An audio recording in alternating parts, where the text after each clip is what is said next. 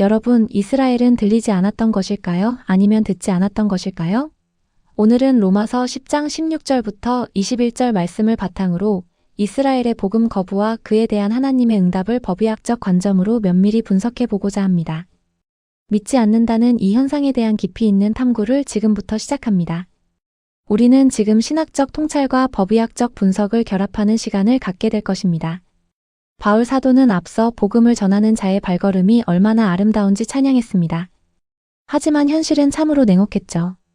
메신저들은 부지런히 복음을 전했지만 정작 수신자들은 침묵했습니다. 마치 주여, 우리가 전한 것을 누가 믿었나이까? 라고 탄식하는 것과 같은 상황이었습니다. 이것은 단순한 불신앙이 아닌 뼈아픈 분석이 필요한 지점입니다. 우리의 탐구는 바로 이 지점에서 시작됩니다. 그렇다면 믿음은 과연 어떻게 작동하는 것일까요? 바울은 믿음의 기초 원리를 이렇게 정리합니다. 믿음은 혼자만의 철학적 사색이나 도덕적 수양에서 오는 것이 아닙니다. 그것은 외부로부터 전해지는 구체적인 소식, 즉 그리스도의 말씀이 우리 귀에 들릴 때 반응하는 것입니다. 보시는 것처럼 전파된 소식이 들음을 통해 믿음으로 이어지는 과정, 이것이 바로 믿음의 작동 원리입니다. 믿음은 들음에서 나는 것이죠. 자, 그렇다면 문제는 신호에 있었을까요? 아니면 수신에 있었을까요? 복음은 정확하게 송출되었습니다. 그 내용은 인간의 철학이 아닌 생명을 살리는 그리스도의 말씀이었습니다. 그런데도 왜 그들은 반응하지 않았을까요? 우리는 이제 이스라엘 백성의 알리바이를 신문해야 합니다. 그들에게 과연 복음을 듣지 못했다고 주장할 근거가 있었을까요? 이스라엘이 복음을 거절한 첫 번째 변론은 아마도 이것이었을 것입니다. 우리는 듣지 못했습니다. 과연 이스라엘이 복음을 거절한 이유가 정보의 부재, 즉 들을 기회가 없었기 때문이었을까요? 로마서 10장 18절은 이렇게 질문합니다. 내가 말하노니 그들이 듣지 아니하였느냐?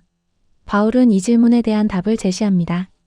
결론적으로 말씀드리자면 이 변론은 단호하게 기각됩니다.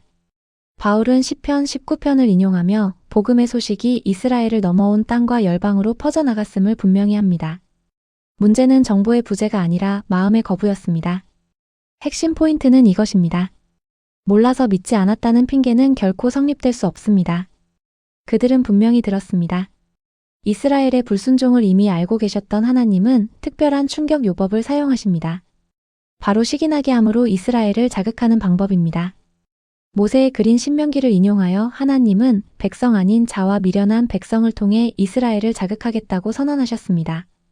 로마서 10장 19절에 기록된 이 말씀은 하나님의 깊은 전략을 보여줍니다. 원래 하나님을 찾지도 않았던 이방인들이 하나님을 만나고 그 복을 누리게 됩니다. 이것은 원래 하나님의 백성이었던 이스라엘에게 영적인 질투심, 즉 시기를 유발하여 다시 하나님께 돌아오게 하려는 하나님의 역설적인 사랑의 전략입니다. 이방인의 구원은 단순히 이방인만을 위한 것이 아니라 이스라엘의 회복을 위한 도구이기도 한 것입니다. 또한 하나님께서는 묻지 않은 자들에게 나타나시는 분입니다. 이사야 선지자의 담대한 선포를 보십시오. 내가 나를 찾지 아니한 자들에게 찾은 바 되고 내게 묻지 아니한 자들에게 나타났노라. 구원은 인간의 자격이나 끊임없는 탐구의 결과가 아닙니다. 오히려 자격 없는 자들에게 거저 주어지는 전적인 은혜입니다. 하나님께서 먼저 다가오시고 찾아오시는 것입니다. 하지만 이스라엘은 계속해서 거역했습니다. 그럼에도 불구하고 하나님은 완악한 등을 향해 열린 팔을 가지고 기다리고 계십니다. 로마서 10장 21절은 이렇게 말씀합니다. 순종하지 아니하고 거스르는 백성에게 내가 종일 내 손을 벌렸노라. 이 말씀은 하나님의 변함없는 사랑과 인내를 극명하게 보여줍니다. 21절의 묘사는 차가운 법정의 판결문이라기보다는 오히려 아버지가 자녀에게 간절히 호소하는 모습에 가깝습니다. 종일이라는 표현은 하나님의 무한한 인내와 기다림의 시간을 의미합니다. 그리고 손을 벌리다는 것은 환영과 초청, 그리고 언제든 받아들일 준비가 된 자세를 나타냅니다.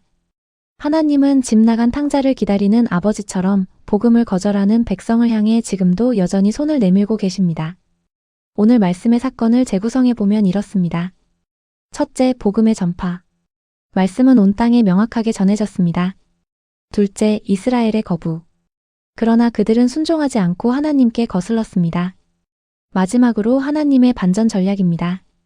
하나님은 이방인을 통해 이스라엘을 자극하시며 그들이 돌아오기를 끝까지 기다리십니다. 이 모든 과정을 통해 우리는 인간의 실패가 결코 하나님의 신실하심을 꺾지 못한다는 진리를 깨닫게 됩니다. 이제 우리 자신에게 질문해 볼 차례입니다. 우리는 지금 무엇을 듣고 있습니까? 마치 라디오 주파수를 맞추듯이 우리는 그리스도의 말씀에 채널을 고정하고 있습니까? 아니면 세상의 소리나 인간의 생각에 귀 기울이고 있습니까? 믿음은 내 안의 신념을 강화하는 것이 아니라 그리스도의 말씀을 듣는 것입니다. 우리는 말씀 앞에 순수하게 반응하고 있습니까? 아니면 내 생각으로 말씀을 판단하고 있습니까? 복음의 신호는 지금도 우리 곁에 명확히 울리고 있음을 기억해야 합니다. 복음을 거절하는 인간의 완악함보다 그 완악한 등을 향해 종일토록 손을 벌리고 계신 하나님의 사랑이 훨씬 더 크고 강합니다. 우리의 고집보다 강한 하나님의 열심이 바로 우리를 구원하는 능력입니다. 오늘 우리는 로마서 10장 16절부터 21절 말씀에 기초하여 이사야 53장 1절의 탄식, 시편 19편 4절의 선포, 신명기 32장 21절의 예언, 그리고 이사야 65장 1절과 2절의 말씀을 함께 살펴보았습니다. 이 모든 말씀이 하나님의 인내와 사랑을 증거하고 있습니다.